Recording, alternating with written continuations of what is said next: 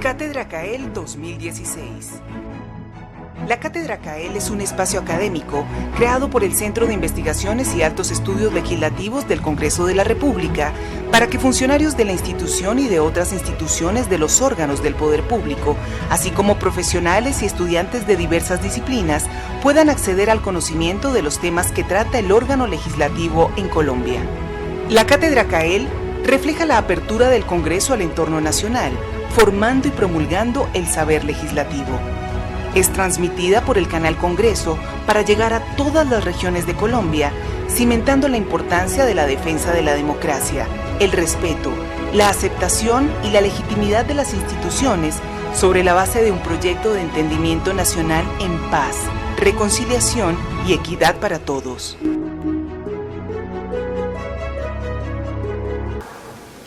Muy buenas tardes, bienvenidos a la 14ª sesión de la Cátedra CAEL del primer semestre del 2016 en el Salón de la Constitución, emblema del Capitolio Nacional de la República de Colombia, un espacio creado para el fomento del conocimiento legislativo en Colombia.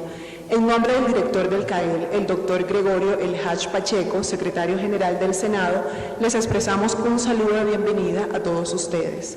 En la sesión de hoy saludamos también al doctor Lucio Muñoz, asesor de la Secretaría General del Senado, al conferencista que nos acompañará durante esta tarde, el doctor Andrés Abel Rodríguez, a los funcionarios del Congreso, a los participantes de la Cátedra CAEL 2016 y a toda la audiencia que nos sigue a través de la señal del canal del Congreso y, por supuesto, a nuestros seguidores en redes sociales. Como lo dije anteriormente, hoy nos acompaña el doctor Andrés Abel Rodríguez Villabona, quien en su amplio conocimiento, alto nivel formativo y una excepcional experiencia en el campo de la investigación científica y la academia jurídica, nos brindará una gran oportunidad para que nuestro selecto público y la teleaudiencia que nos sigue por el canal Congreso puedan lograr una formativa y magistral ponencia en el marco de la Cátedra CAEL 2016. En este sentido, la conferencia se titula Los trasplantes jurídicos y el uso de modelos extranjeros en la legislación. Le damos paso al doctor Lucio Muñoz, quien hará la presentación del doctor Andrés Abel Rodríguez. Muy buenas tardes. El doctor Andrés Abel Rodríguez es profesional en Derecho de la Universidad Nacional de Colombia, magíster en Derecho Público de la Universidad de París, magíster en Filosofía de Derecho de la misma universidad, es doctor en Derecho de University George Alpes, de la Universidad Gran Nobles de Alpes. Entre sus importantes actividades ha sido director del seminario taller para magistrados, facilitadores del curso de formación judicial inicial del Consejo Superior de la Judicatura, profesor y vicerrector académico de la Facultad de Derecho de la Universidad Nacional de Colombia. Tiene amplia experiencia en los temas de debate constitucional y la influencia del constitucionalismo francés. Doctor Andrés, muchas gracias, muy amable. Si gusta este micrófono o desde la tribuna.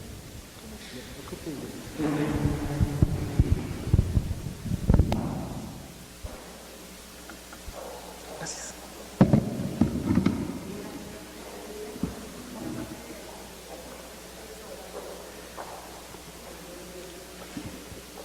Buenas tardes a todas y a todos.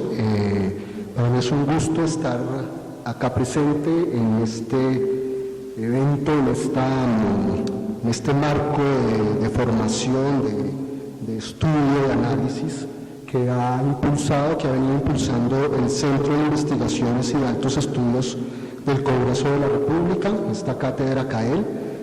Quisiera en primer lugar pues agradecerle a su director, al doctor Gregorio El Hach Pacheco, por supuesto agradecerle al doctor Lucio Muñoz por sus palabras, por su presentación, agradecerle al doctor Giovanni Niño, que ha estado muy pendiente del desarrollo de esta Cátedra CAEL, y por supuesto agradecerles a ustedes, a cada uno de ustedes y a cada uno de ustedes por su presencia y por escuchar estas reflexiones que quisiera presentarles el día de hoy sobre este tema que tiene un título un tanto enigmático, sobre todo enigmático para aquellos que no han tenido pues, la oportunidad de trabajar este tipo de cuestiones, que es el de los trasplantes jurídicos y el uso de modelos extranjeros en la legislación. En efecto, hablo de una expresión un tanto enigmática porque efectivamente utilizar el término trasplantes en este tipo pues, de reflexiones sobre el derecho pues no es muy común. Es más, si ustedes hicieran el ejercicio de buscar en alguna herramienta, en alguna aplicación de internet, trasplantes en el derecho, pues seguramente ustedes encontrarían como resultado análisis sobre la legislación respecto del trasplante de órganos, pero no se trata para nada de eso, no estamos hablando de ese tipo de legislación o de regulación. Estamos hablando de otro fenómeno del cual relativamente casi todos somos conscientes, pero que no había recibido una atención y un estudio muy profundo sino hasta hace pocos años. ¿De qué fenómeno estamos hablando? De un fenómeno, del fenómeno que consiste en el viaje, en el uso, algunos dirán la imitación, la copia, ¿cierto?, de normas jurídicas, de instituciones, ¿cierto?, de otro tipo de realidades vinculadas con el derecho de un país a otro, ¿de acuerdo? Y yo creo que si pues, hubiera comenzado hablando de esto así, la imitación, la copia de normas, de instituciones, la mayoría de ustedes hubiera dicho, claro, sí, sabemos de qué se trata esto, sabemos de qué se está hablando. Utilizo la expresión trasplantes jurídicos porque es la expresión que ha venido, digamos, utilizándose, que ha venido asentándose en el ámbito de la teoría del derecho comparado aproximadamente en los últimos 40 años. Pero se trata de una expresión que quiere hacer referencia precisamente al fenómeno que les acabo de describir. Cuando una sociedad, por ejemplo, cuando un país como Colombia toma como modelo, toma prestado, o si ustedes quieren, imita, copia las instituciones, el derecho, las constituciones, la legislación, los códigos, la reglamentación proveniente de otros países del mundo, ¿de acuerdo? De ese fenómeno es que estamos hablando. Y frente a ese tipo de fenómenos, lo interesante, lo que yo quisiera en primer lugar destacar, es que se ha generado, digamos, una reflexión desde hace relativamente poco. Esto no quiere decir que el fenómeno no sea antiguo, esto no quiere decir que el fenómeno no se haya presentado desde hace muchísimo tiempo, desde hace muchísimos siglos, pero lo que sí podemos constatar, al menos como punto de partida de nuestro análisis, es que el estudio de este fenómeno del préstamo, de la copia, del trasplante, como lo estamos llamando acá, de normas, de instituciones, de legislación, es un estudio relativamente reciente. Comienza a darse de manera sistemática, exhaustiva, profunda, más o menos a partir de los años 70 del siglo pasado. Esto significa entonces que los juristas, que los abogados, que los filósofos no se han ocupado de esta cuestión. Por supuesto que sí, pero se han ocupado de esta cuestión, muchas gracias, doctor León, se han ocupado de esta cuestión como una especie de suplemento, análisis secundario frente a otro tipo de estudios, frente a otro tipo de realidades. Ahora bien, además de esto, digamos, desde un punto de vista más si ustedes quieren, coloquial o más familiar, si ustedes le preguntan pues, a cualquier abogado, a cualquier jurista, pero seguramente ustedes le preguntan aquí a un miembro del Congreso de la República, a un senador, a un representante, a los miembros de sus equipos de trabajo, pues muchos de esas personas les van a decir a ustedes que efectivamente en Colombia hay una larga tradición, ¿cierto?, no de elaborar el derecho a partir de las condiciones o las estructuras o las necesidades propias, sino de elaboración del derecho a partir de los modelos, de la imitación, de la copia de aquella legislación que viene del extranjero, ¿de acuerdo? Entonces, basta con que seguramente yo hago aquí una corta encuesta y muchos de ustedes van a decir, claro, en Colombia y en América Latina, pues varios países de América Latina han venido imitando, copiando, trasplantando, si utilizamos este término, su derecho pues desde siempre. ¿cierto? Es más, algunos podrían responder, claro, el hecho de que hayamos sido en algún momento una colonia de un país europeo, ¿cierto? Pues implicaba necesariamente que sus normas, que sus instituciones de una forma fueran implementadas aquí en estos territorios, en estas poblaciones, y por lo tanto no tendríamos entonces un derecho original, ¿cierto? Y entonces aquí viene el dilema con el que quisiera comenzar estas reflexiones, estas breves reflexiones.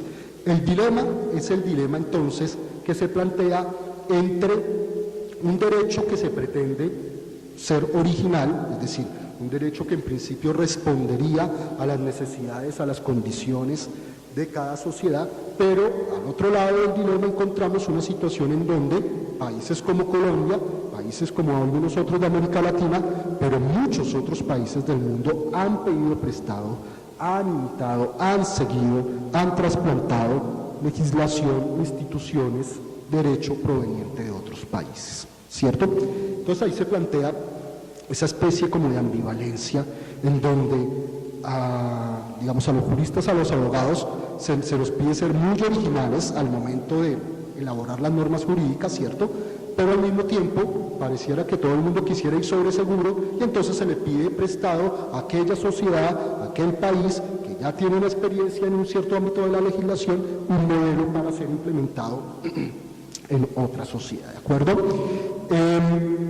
En ese sentido surge una especie de, sí, como de dilema, de angustia, podríamos decirlo así, en el que todo el tiempo se reconoce que el derecho en Colombia, por ejemplo, ha sido el producto de la imitación del derecho de otros países, pero al mismo tiempo se afirma la necesidad de tener algún grado de originalidad, de mirar, digamos, si lo podemos decir así, de mirarnos por dentro para crear nuestras propias instituciones, nuestra propia normatividad.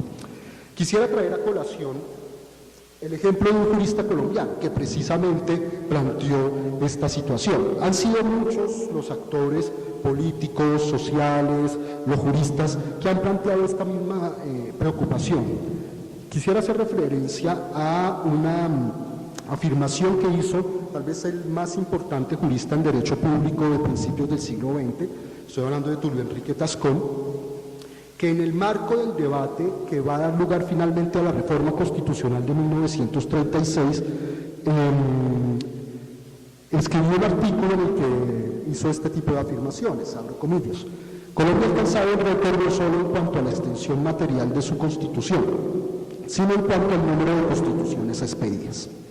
Él estaba quejando allí básicamente de que estaba escribiendo esto en 1934, que el siglo XIX colombiano había sido un siglo de una gran inestabilidad constitucional y se habían promulgado muchas constituciones.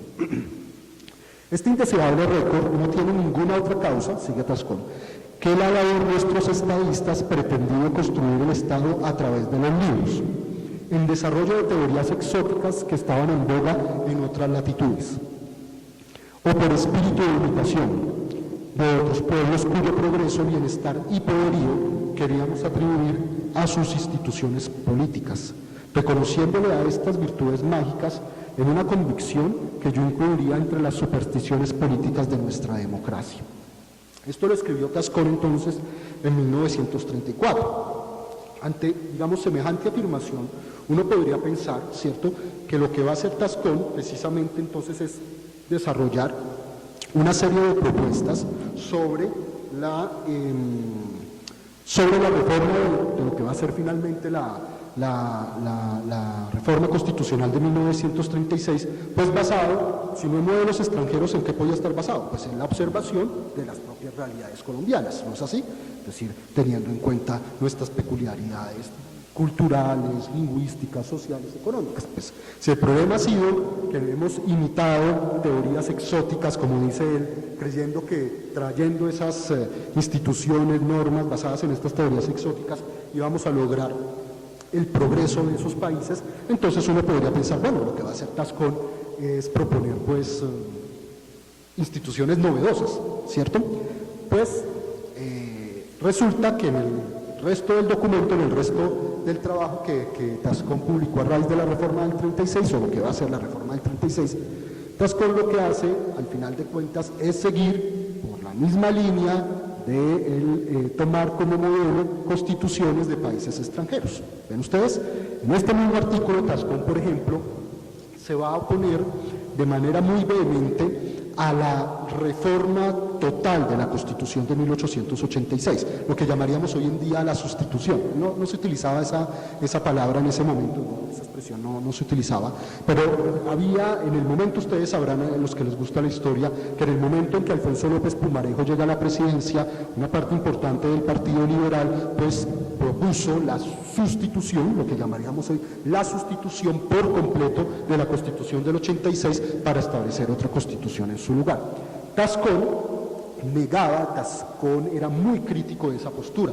Tascón decía no es necesario reformar toda la Constitución del 86, basta con hacer algunas reformas puntuales para, digamos, avanzar en la democratización, en la consolidación del Estado de Derecho por la vía de estas reformas. Ahora bien, ¿cuál era uno de los argumentos que planteaba Tascón para hacer esa afirmación? El modelo extranjero. Decía, en la mayoría de constituciones, y en este artículo cita dos constituciones en particular, la Constitución de la Segunda República Española de 1932 y la Constitución de Weimar de Alemania de 1919. Y citando esas dos constituciones, Tascón decía, miren, esas dos constituciones no permiten las reformas totales de la Constitución, solamente permiten reformas parciales. Ese es el modelo que deberíamos adoptar para el caso de Colombia. Entonces, más allá, digamos, de la solidez de la propuesta de Tascón, que podía ser defendible en su momento, más allá de eso, lo que quiero poner de presente es que después de la manera muy crítica, muy escéptica como Tascón planteó el problema de la imitación, de la copia, ¿cierto? De todas formas, él sigue el camino de imitar, si podemos decirlo así, de copiar, por lo menos de trasplantar, digámoslo así, algún elemento puntual de regímenes constitucionales extranjeros. Entonces, uno podría pensar, bueno, pues, qué contradicción, ¿no? Más que una contradicción, digamos, de un autor en particular o de un jurista en particular, nos hallamos precisamente ante lo que yo les hablaba hace un momento, de un dilema, de una especie de angustia que buena parte de los juristas en toda la historia del derecho en Occidente han experimentado. O sea, esto no es una cuestión, un problema solamente de Tascón o solamente de los constitucionalistas.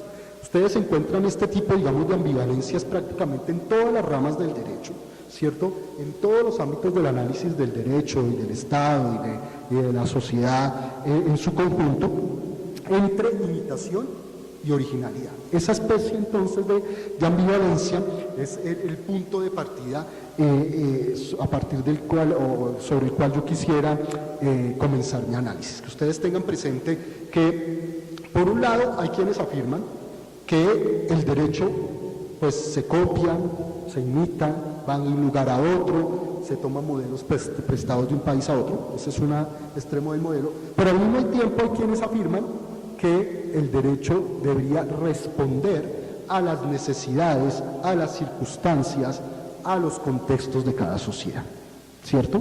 Es decir, que debería haber una especie de relación muy íntima, muy inmediata entre la sociedad y su derecho. Tan íntima puede ser esa relación que incluso se puede descartar la posibilidad de que el derecho de un país pueda servir como modelo para el derecho de otro país. ¿De acuerdo? Entonces tenemos ahí esa especie como de ambivalencia, de paradoja con la que yo quisiera arrancar. Como les digo, ambas posturas tienen una tradición, digamos, amplia, importante. No podemos decir que la postura que propende, digamos, por la imitación o por la copia o por la circulación o el viaje del derecho es novedosa, mientras que la otra, la que subordina el derecho a las condiciones sociales, es la más antigua. No, ambas visiones, ambas posturas tienen ya su abolengo, tienen su historia, tienen su desarrollo. ¿Qué es lo que sucede? Que en particular la tesis que afirma que el derecho responde a las condiciones de cada sociedad es una tesis que, digamos, encuentra una especie de sustento en lo que podríamos llamar el sentido común o las primeras intuiciones que uno podría hacerse sobre el derecho, ¿cierto?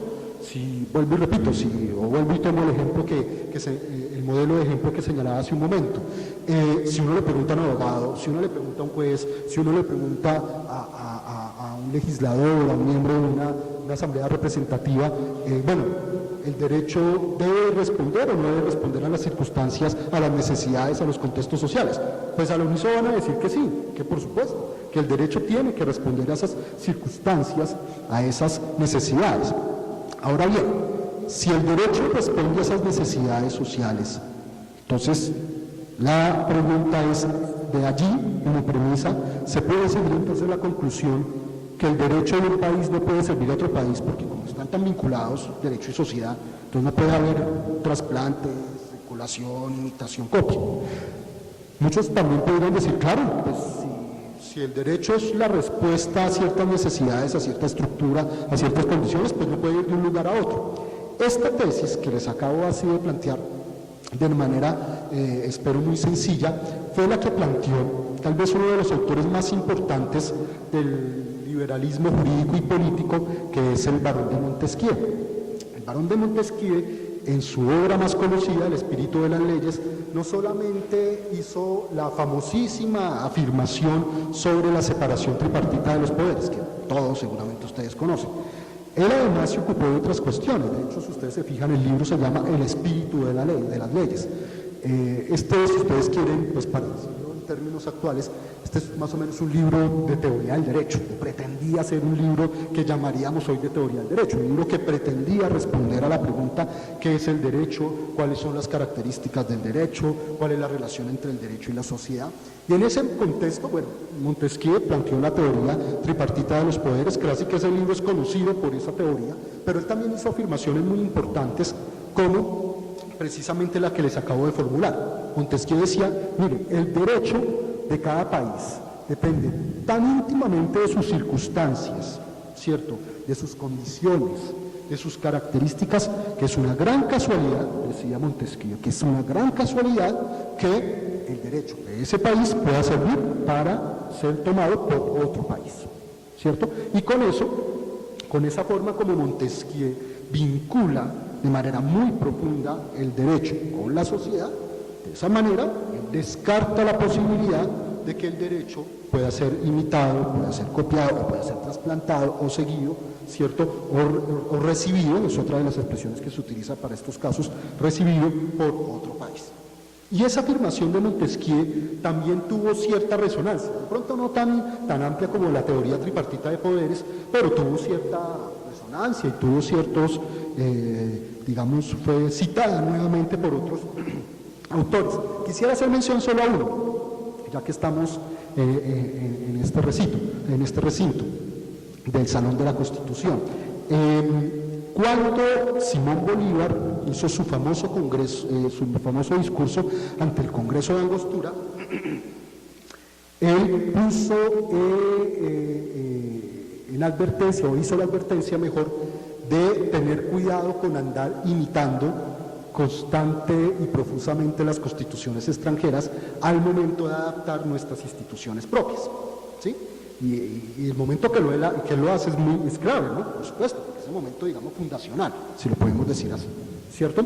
Entonces, ante el Congreso de Angostura, Bolívar va a decir, aquí tuvimos un problema, y es que tratamos de imitar las constituciones de otros países del mundo, y los otros países del mundo eran básicamente, bueno, los tres modelos eran básicamente los de los Estados Unidos, la Constitución de Filadelfia, las constituciones del periodo revolucionario en Francia y la Constitución de Cádiz, de España.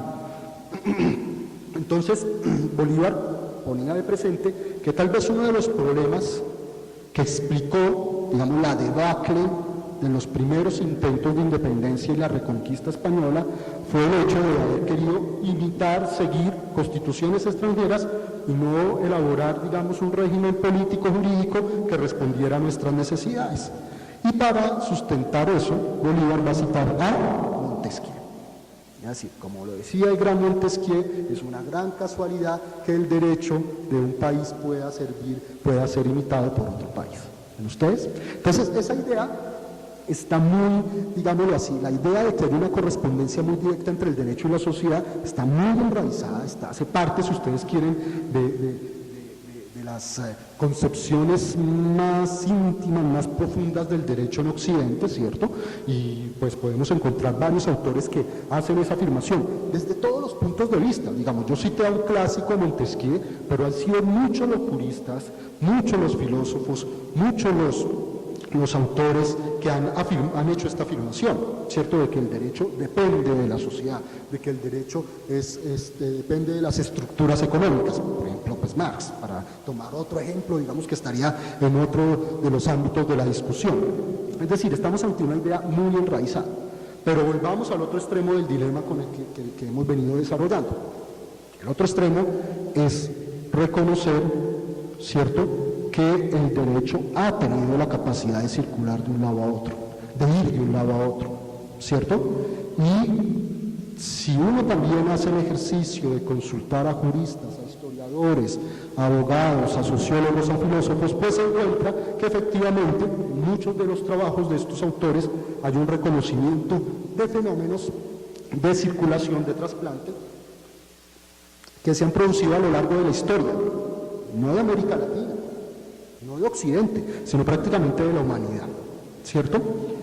Si uno le pregunta a un abogado, bueno, por ejemplo, un civilista, a una persona experta en derecho civil, ¿usted cree que el derecho puede ir de un lugar a otro? De pronto, si este abogado experto en derecho civil es además amante o conocedor del derecho romano, pues le va a decir, claro, por supuesto, claro. Y el ejemplo que va a traer a colación seguramente va a ser el del derecho romano justinianeo, ¿cierto? Es un sistema de normas muy complejo, muy elaborado, ¿cierto? Formalizado en documentos escritos, que ha tenido una gran capacidad de circulación, ¿sí? Hasta el punto que muchos de las normas, de los incisos que integran las compilaciones del derecho romano justinianeo están, al menos sus contenidos, presentes, por ejemplo, en nuestro Código Civil, es decir, en el Código Civil colombiano, por la vía de la recepción del Código Civil de los franceses que se hizo a través de la traducción de Andrés Bello. ¿De acuerdo? Ese es tal vez uno de los más interesantes ejemplos entre numerosísimos que podríamos plantear de circulación, difusión, transferencia. Hace un par de días, en este mismo recinto del Congreso de la República, se desarrolló un evento en donde se conmemoraron los 25 años de la Constitución colombiana. Sí, pues no en este salón, sino en el salón donde se reúne el Senado de la República. Y ahí se hicieron una serie de consideraciones, ¿cierto?, en donde se pusieron de presente precisamente la presencia de modelos extranjeros en el debate de la Constitución colombiana de 1991. Hubo uno en particular que fue muy influyente, que fue la Constitución española de 1978, y efectivamente, en este caso fue el expresidente César Gaviria el que indicaba que efectivamente en la Constitución, en el proceso constituyente del 91, hubo una presencia importante del modelo constitucional de 1978 español. Entonces, piensen ustedes, pongo un ejemplo muy antiguo, si ustedes quieren, la difusión del derecho romano en muchas partes del mundo, incluyendo Europa, América, etcétera. Un ejemplo de trasplante o de difusión un poco más reciente, el del Código Civil francés en Colombia y en otros países de América Latina, y un ejemplo, si ustedes quieren, mucho más cercano, que es el de la Constitución colombiana de 1991. Ante esa situación, entonces, ante ese fenómeno, una serie de autores, particularmente en el ámbito del derecho comparado, comenzaron a interesarse concretamente en esta situación, en el hecho de que los países se piden prestado normas, ¿sí?, de que el legislador de un país toma como modelo la legislación de otro país para elaborar un código, una ley, un reglamento, etc. ¿De acuerdo? Pero incluso también podemos encontrar ejemplos de otro tipo de limitación, de circulación, ¿cierto? Nuestra Corte Constitucional colombiana o nuestro Consejo de Estado citan, por ejemplo, sentencias de tribunales extranjeros. ¿Sí? Y eso no es exclusivo de Colombia, pues para que no crean que es que somos muy copiones aquí en Colombia, si lo podemos decir así. No, muchos tribunales del mundo hacen ese tipo de ejercicio. la Corte Suprema de los Estados Unidos, por ejemplo, el Tribunal Constitucional Español, ¿cierto? La Corte Constitucional Federal Alemana, muchos tribunales, la Corte de Casación Francesa, muchos tribunales citan decisiones de tribunales extranjeros o de tribunales de jurisdicciones internacionales. Esa es otra forma de, digamos, de circulación, de transferencia, de viaje del derecho, ¿sí? Y seguramente los que son aquí abogados o han pasado por una facultad de Derecho, pues han tenido que leer autores extranjeros, no autores colombianos, sino autores, digamos, en el ámbito del derecho administrativo, no solamente autores colombianos como Jaime Vidal Perdomo o Eduardo Rodríguez, sino también de pronto algún autor extranjero, ¿cierto? Un autor francés, un autor argentino, algún autor español, ¿cierto? Esa es otra forma de circulación del derecho, de difusión del derecho. Ante este semejante fenómeno, tan amplio y tan interesante, pues algunos comparatistas, es decir, algunos autores que hacían este análisis del derecho comparado, es decir, de determinar las diferencias y las similitudes entre las normas jurídicas de dos países diferentes, comenzaron a interesarse ya puntualmente en este fenómeno. Y eso fue hace relativamente poco. Eso es algo que puede sorprender, que un fenómeno, digamos, tan evidente que se ha producido en la historia de manera tan repetida, ¿cierto?, no haya generado el interés, pues digamos, de los teóricos del derecho, de los filósofos del derecho, de la doctrina, de la dogmática. No, fíjense que no. Si ustedes, por ejemplo, buscan un autor, aquí de pronto me estoy poniendo muy concreto, hay un autor muy famoso de la teoría del derecho que se llama Hans Kelsen, ¿cierto? Este señor no hace prácticamente ninguna mención a este fenómeno, de que las normas jurídicas pueden ir de un país a otro, son limitadas por un país para ser adoptadas en otro país. Ustedes encuentran que este autor, ese fenómeno no le interesa, y uno comienza a hacer el repaso de, digamos, los grandes nombres del pensamiento jurídico en Occidente, y no son muchos los que se ocupan del fenómeno. Lo mencionan, sí, mencionan que el derecho romano ha sido recibido en Europa y a través de los procesos de colonización en otras partes del mundo también lo hacen, pero no se ocupaban de él de manera sistemática, exhaustiva, precisa. Esto solamente va a comenzar a ocurrir hace relativamente poco. Va a haber varios autores que más o menos entre la década de los 70 y los 80 comienzan a interesarse en el fenómeno, ¿cierto? Van a comenzar a decir, bueno, pero ¿por qué razón el derecho de un país pareciera servir como modelo? Es casi siempre como el modelo por excelencia para ser imitado en otros países. ¿Por qué razón los de países que reciben ese derecho lo hacen? ¿Bajo qué condiciones se lleva a cabo esa recepción o ese trasplante? ¿Cierto?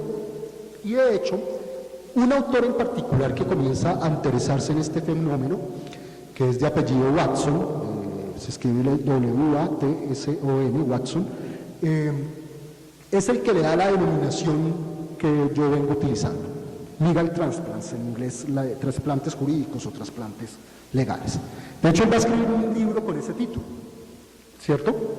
Él va a escribir un libro con ese título, él pretende renovar el derecho comparado, él dice, yo voy a plantear una nueva visión del derecho comparado, un derecho comparado que él considera que es sincrónico y no diacrónico, un derecho comparado que quiere ver los procesos de influencia en el derecho a largo aliento y no en un momento en particular. A él no le interesa tanto comparar el régimen de las obligaciones entre Venezuela y Colombia en el momento actual, el régimen vigente, no. Lo que le preocupa es ver cómo la historia de esos derechos ha sido el producto de la influencia de otros ordenamientos, de otros modelos. Él quiere ver desde esa perspectiva dinámica la evolución de los derechos. Y va a utilizar esa expresión, trasplantes jurídicos. Y él quiere entender por trasplantes jurídicos. Él va a entender, la expresión la va a utilizar para hacer referencia al fenómeno en concreto consistente en tomar una norma promulgada en un país para ser a su turno adoptada en otro país diferente. Ese para él es el fenómeno que le interesa. O sea, él está muy concentrado particularmente en el caso de las normas generalmente formalizadas en documentos escritos, ¿cierto?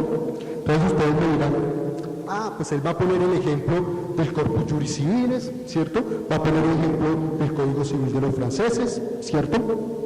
va a poner el ejemplo para él algunas constituciones que han sido efectivamente seguidas, imitadas, por ejemplo la Constitución de los Estados Unidos, pero no, él lo que quiere demostrar es que este fenómeno de pedir prestado normas de un país a otro es un fenómeno muy común, es un fenómeno muy, digamos, que está muy extendido y que es un fenómeno que se presenta prácticamente en todas partes del mundo. Y ahí hay un punto para destacar, ¿sí?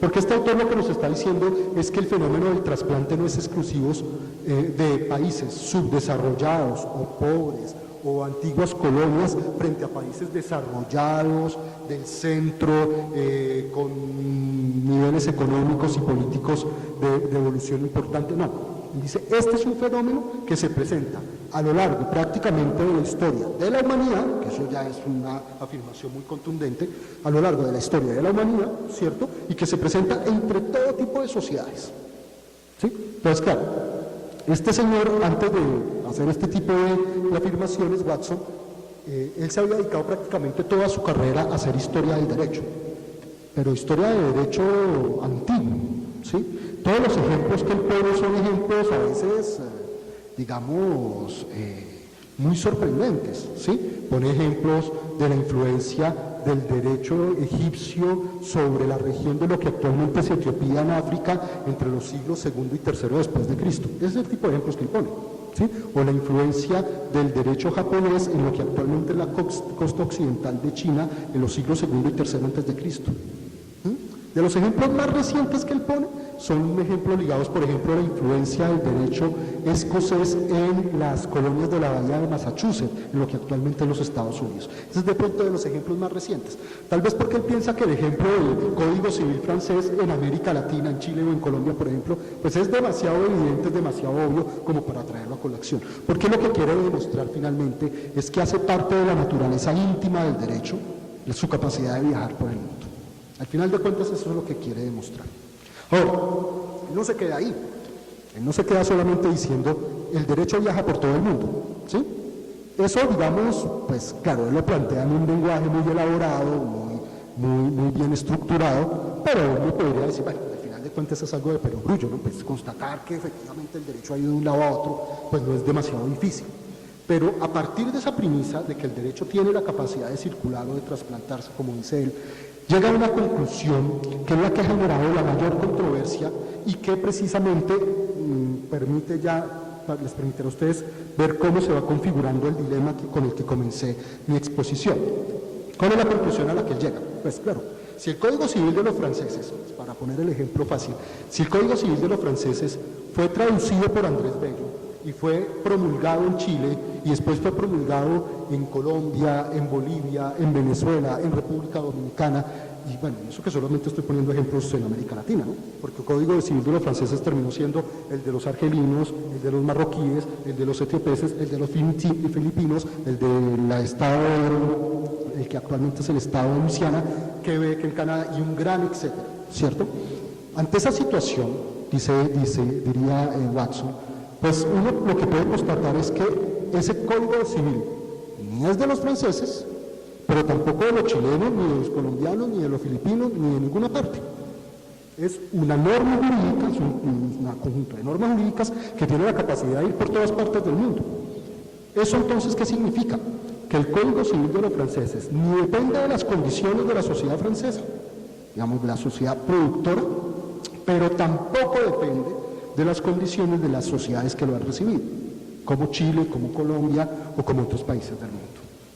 ¿Sí? Con eso entonces Watson va a hacer una afirmación que genera mucha controversia, que es una afirmación, bueno, él ha hecho con en varios sentidos y con varias intensidades, pero básicamente la tesis es que para este autor y para los que defienden la teoría de los trasplantes legales, el derecho de un país, de una sociedad, no depende de las condiciones de esa sociedad, ni de las condiciones económicas, ni de las condiciones culturales, ni de las condiciones políticas. El derecho es autónomo, ¿sí? El derecho es independiente, ¿sí? El derecho puede ir de un lado a otro, ¿cierto? Y por lo tanto no respondería a las circunstancias sociales en las que va a existir. ¿De acuerdo? Esa es tal vez la conclusión fundamental de este autor. Ustedes se imaginarán la profunda controversia que esta tesis genera, ¿cierto? Porque pues veníamos pensando casi que al unísono, ¿cierto?, en el ámbito del pensamiento jurídico, que sí, que el derecho responde a las circunstancias sociales, el derecho debe corresponder a las necesidades de una sociedad, a sus estructuras sociales, a sus formas de producción económica, a sus condiciones políticas. Y aquí viene un autor, ¿cierto?, y después de constatar que el derecho circula, llega a la conclusión de que el derecho no depende de la sociedad, ¿cierto? Entonces, obviamente, eso genera una gran controversia. Tal vez esa controversia es la que explica la razón por la cual varios de estos autores, entre los que yo soy el que vengo señalando, Watson, pero otros que defienden tesis similares, lamentablemente no han sido traducidos al español, porque son textos que han generado mucha controversia, mucho debate, mucha discusión, ¿cierto? Y el debate gira en torno fundamentalmente a dos puntos, si lo podemos resumir así. Dos puntos de crítica, digámoslo así, a esta tesis del trasplante jurídico. Primero, pues claro, cuando Watson dice que el derecho no corresponde a las condiciones sociales, pues prácticamente está dejando sin trabajo a un sector muy importante del análisis jurídico, que es el de la sociología del derecho, ¿cierto? Porque pues la sociología del derecho en principio se ocupa de ese tipo de cuestiones. Y claro, la reacción crítica en contra de este tipo de tesis pues va a provenir precisamente de la sociología jurídica, de las diferentes escuelas, corrientes, autores que van a reafirmar el vínculo entre derecho y sociedad, ¿cierto? Van a decir, no, este autor se equivoca al romper de manera tan tajante el vínculo entre derecho y sociedad. Y hay un argumento en particular que efectivamente se ha planteado y es el siguiente. Bien, efectivamente, tomando nuestro ejemplo, el Código Civil francés ha sido adoptado por muchos países de América Latina, por Colombia, por Chile, etc. ¿Cierto? Y uno puede verificar que efectivamente el fenómeno se ha dado. Bien, la pregunta es, ¿por qué? ¿Por qué se tomó el modelo del Código Civil francés en el caso de Chile o en el caso de Colombia? ¿Por qué no se siguió otro modelo? ¿Sí? ¿Por qué no se adoptó la legislación de otro país? ¿Cierto? ¿Cómo se hizo ese proceso de adaptación? ¿Cómo se hizo la traducción? ¿Cierto? Andrés Bello, por ejemplo, nos puede preguntar, ¿Andrés Bello tradujo simple y llanamente el código? Pues uno va a constatar y no, resulta que Andrés Bello hizo una obra, digamos, de integración, tomó también en cuenta otros modelos, el Código Civil suizo, el Código Civil de Nueva Orleans, etc. ¿Cierto? Entonces, cuando se hace la pregunta del por qué, ahí vuelve y aparecen los vínculos entre derecho y sociedad. Entonces, muchos de estos sociólogos han dicho, ¿no? Si usted quiere explicar las razones por las cuales una determinada ley, un determinado código, una constitución, una institución ha sido tomada de un país a otro, las razones están tanto en la sociedad que produce como en la sociedad que recibe. ¿Sí? El modelo es el francés, porque Francia fue un poder colonial durante el siglo XVIII y XIX, su influencia en el ámbito cultural, en el ámbito político fue enorme, eso supuso también un papel central dentro de las estructuras jurídicas. ¿Por qué se recibe aquí en Colombia? Porque el código francés era un código que estaba a disposición gracias a la traducción de Andrés Bello, es un código que responde a la idea de racionalización del derecho, de monopolio del Estado, del derecho por parte del Estado, etc. Y hay unas condiciones políticas y sociales que explican la recepción, ¿cierto?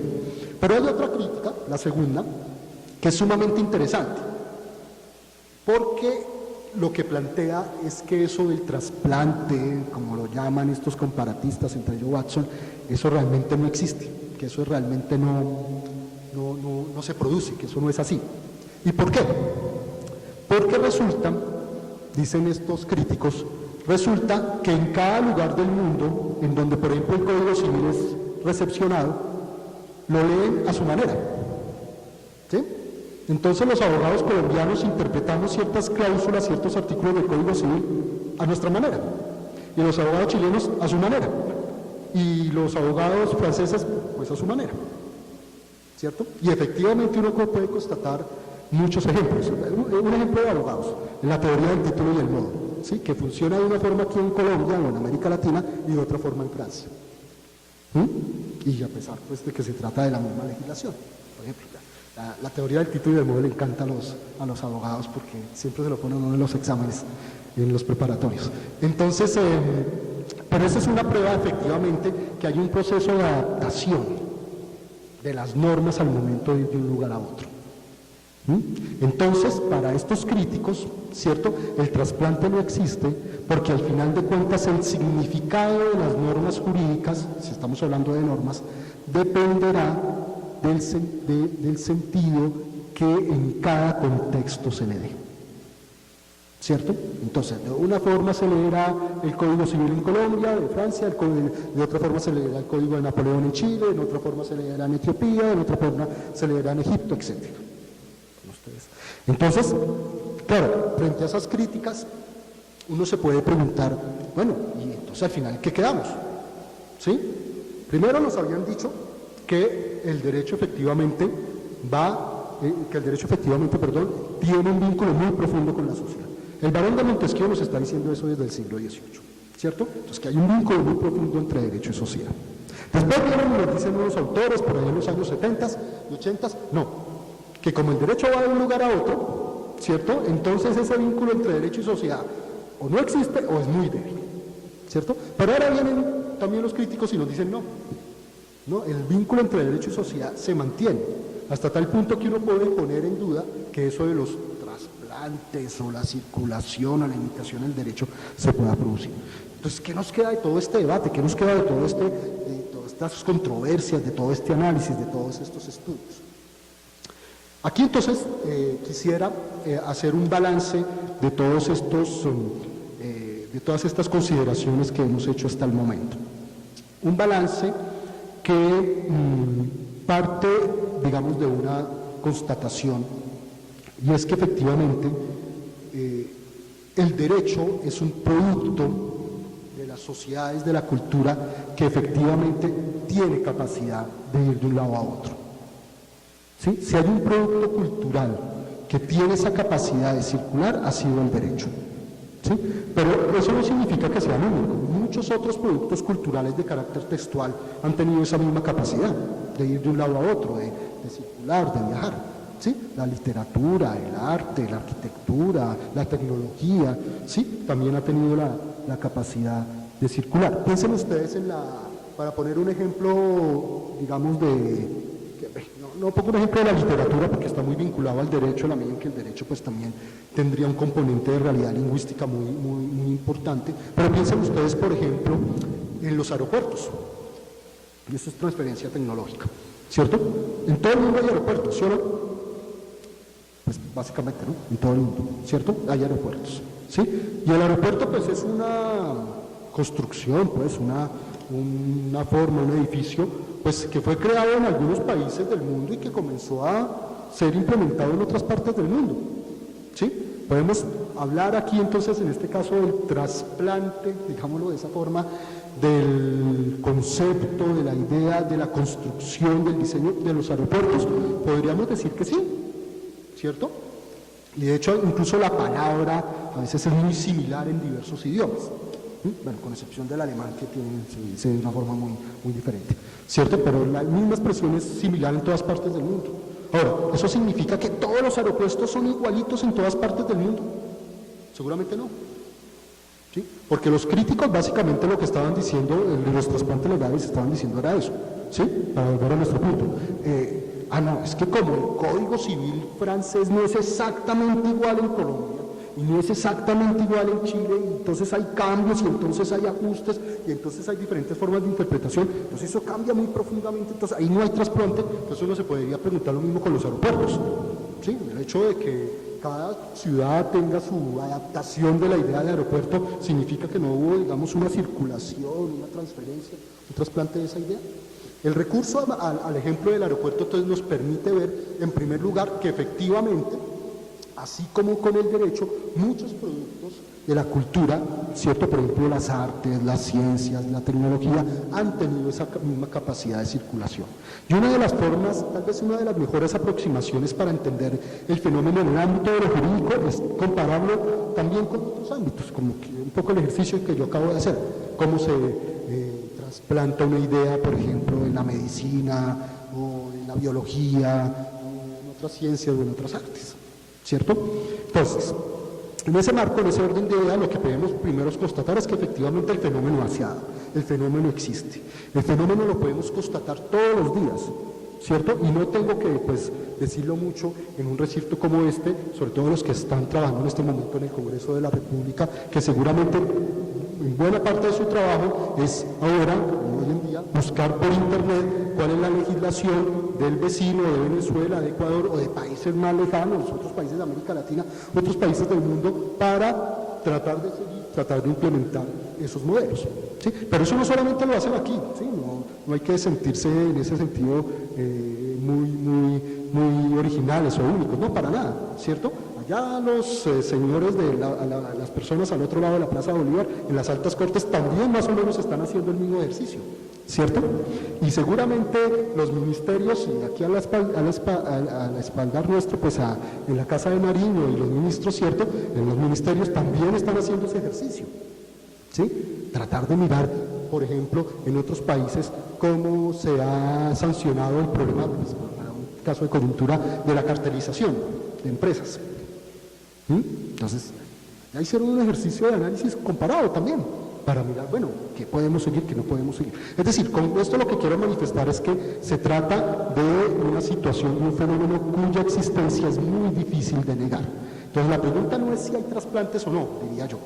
La pregunta es la naturaleza, el sentido, las condiciones en las que se plantea ese trasplante, ¿de acuerdo? Esa interacción, esa difusión, esa circulación.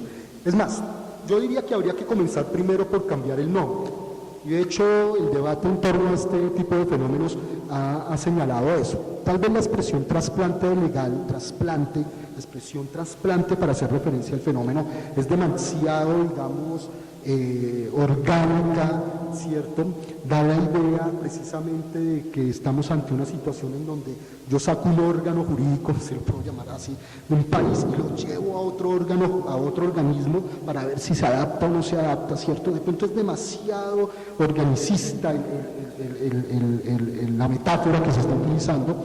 Entonces, efectivamente, otros autores, otros teóricos han planteado otras denominaciones: recepción, circulación, transferencia, imitación, importación, exportación, difusión, muchas denominaciones. Por ejemplo, hay una que últimamente ha tenido cierto éxito, que es la idea de difusión, ¿cierto? ¿Cuál es el problema con utilizar la palabra difusión? Que generalmente supone un centro y una expansión de los contenidos de ese centro hacia las periferias, ¿cierto? Y uno podría decir, no, pues sí, eso es lo que pasa generalmente, ¿sí? Los franceses se inventan una norma jurídica, digo se inventa entre comillas, y los demás países los imitan. O los alemanes se plantean el Estado social y otros países lo imitan. O los ingleses se inventan el sistema parlamentario y otros países lo imitan. Entonces, claro, la idea de difusión pareciera ser muy gráfica en el sentido de la manera como termina desde un centro ampliándose contenidos hacia periferias. Pero resulta que ha habido casos de mutua influencia. Ha habido casos en donde la influencia va y viene, ¿cierto? Ustedes me dirán, no, eso en Colombia no ha pasado. En Colombia siempre hemos sido copiones, siempre hemos sido receptores, mejor digámoslo de manera más seria, siempre hemos sido receptores, siempre hemos receptores, siempre copiamos, nunca servimos como modelos. Pues fíjense que no. Fíjense que Colombia en un momento de su historia jurídica ha podido servir como modelo de derecho de instituciones a otros países.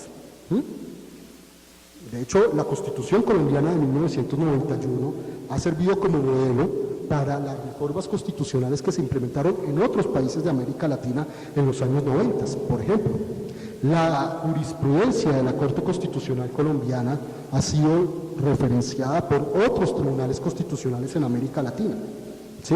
E incluso por la doctrina de algunos países europeos, pues particularmente de España, ¿cierto? Hay un caso muy interesante, lo refiero muy rápidamente. Hace muy poco, en 2010, el Reino Unido de la Gran Bretaña hizo una reforma legal muy importante y reorganizó su jurisdicción e implementó una Corte Suprema del Reino Unido, ¿cierto?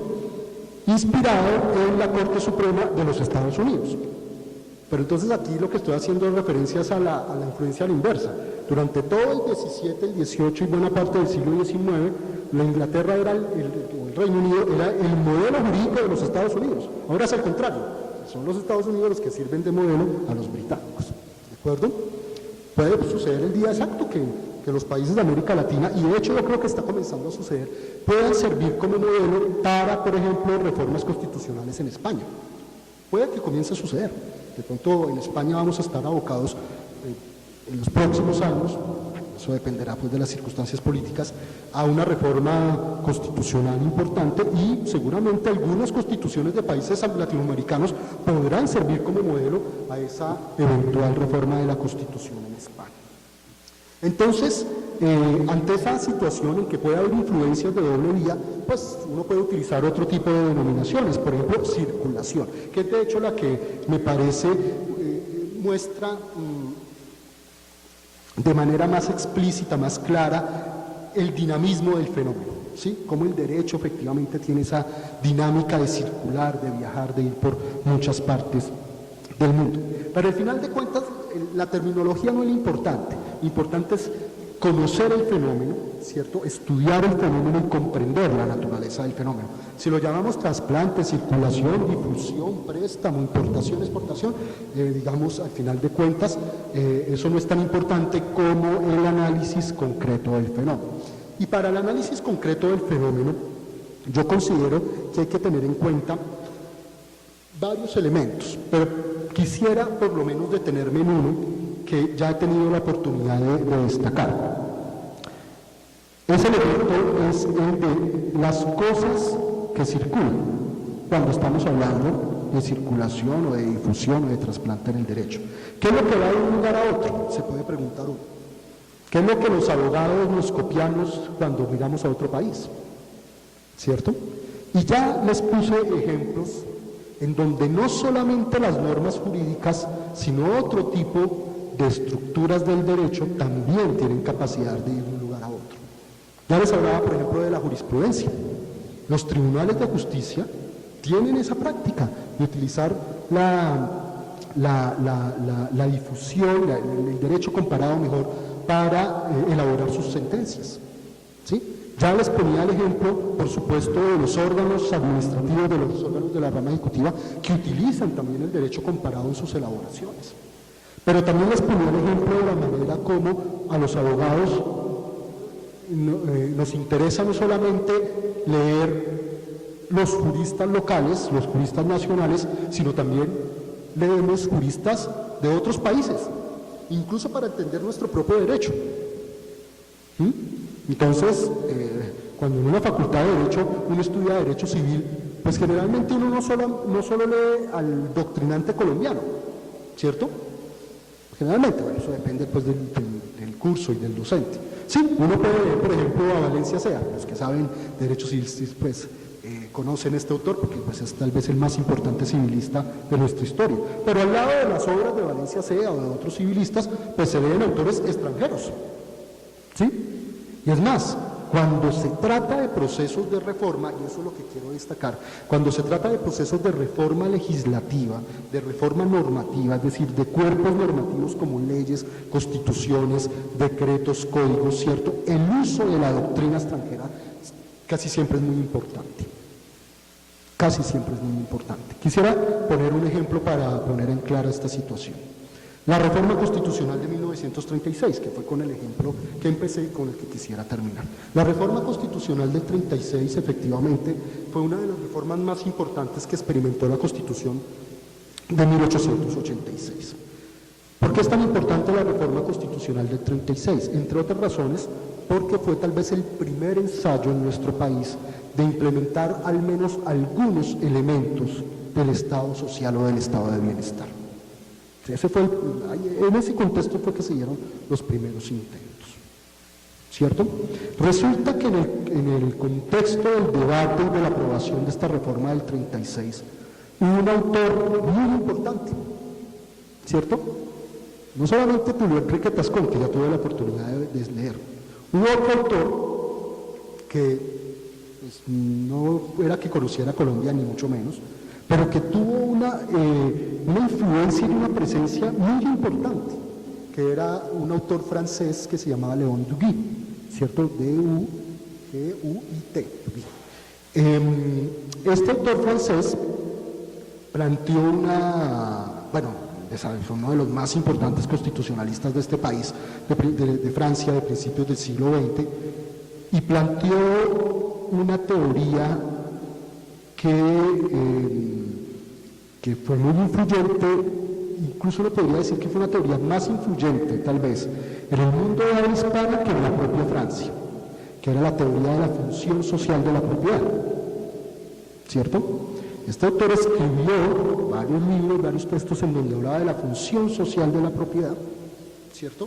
Y los constituyentes españoles, en el caso de la Constitución de 1932, y varios constituyentes de América Latina en los años 20 y 30 se tomaron muy en serio la función social de la propiedad, tanto así que implementaron, ¿cierto?, esa expresión, ¿cierto?, incorporaron esa expresión en los textos constitucionales. ¿Qué es lo que de pronto puede sorprender hoy en día? Que todavía hoy en la Constitución colombiana de 1991 encontramos ahí esas citas, si lo podemos decir así de Léon Duguit, en el sentido de implementar la función social de la propiedad en nuestro país. ¿Ven ustedes? Entonces, también la lectura de autores extranjeros generan este tipo de debates, de discusiones, que incluso llegan casi que a positivizar, si lo podemos decir así, a codificar en un documento legislativo, en un documento constitucional, la doctrina de un determinado autor. Todo esto entonces nos muestra la importancia de este fenómeno finalmente para comprender ¿qué? Para comprender la historia de nuestras propias instituciones, de nuestro propio derecho, y para entender por qué funciona como funciona, o por qué no funciona como de pronto no lo hace, cuáles podrían ser los correctivos a esa situación y cómo podemos proyectar nuestras instituciones políticas y jurídicas hacia el futuro. Eso es lo importante de este tipo de análisis, que son una herramienta fundamental para comprendernos, para comprender nuestro derecho, para comprender nuestras instituciones, para comprender nuestra historia, la historia jurídica del país, que por fortuna diría yo se está comenzando a escribir, y que es muy importante que entre todos nosotros sigamos adelante de ese proyecto colectivo de escribir la historia del derecho en Colombia para poderla proyectar nuestras instituciones políticas y jurídicas hacia el futuro. Les agradezco mucho por su atención y quedo abierto a sus preguntas.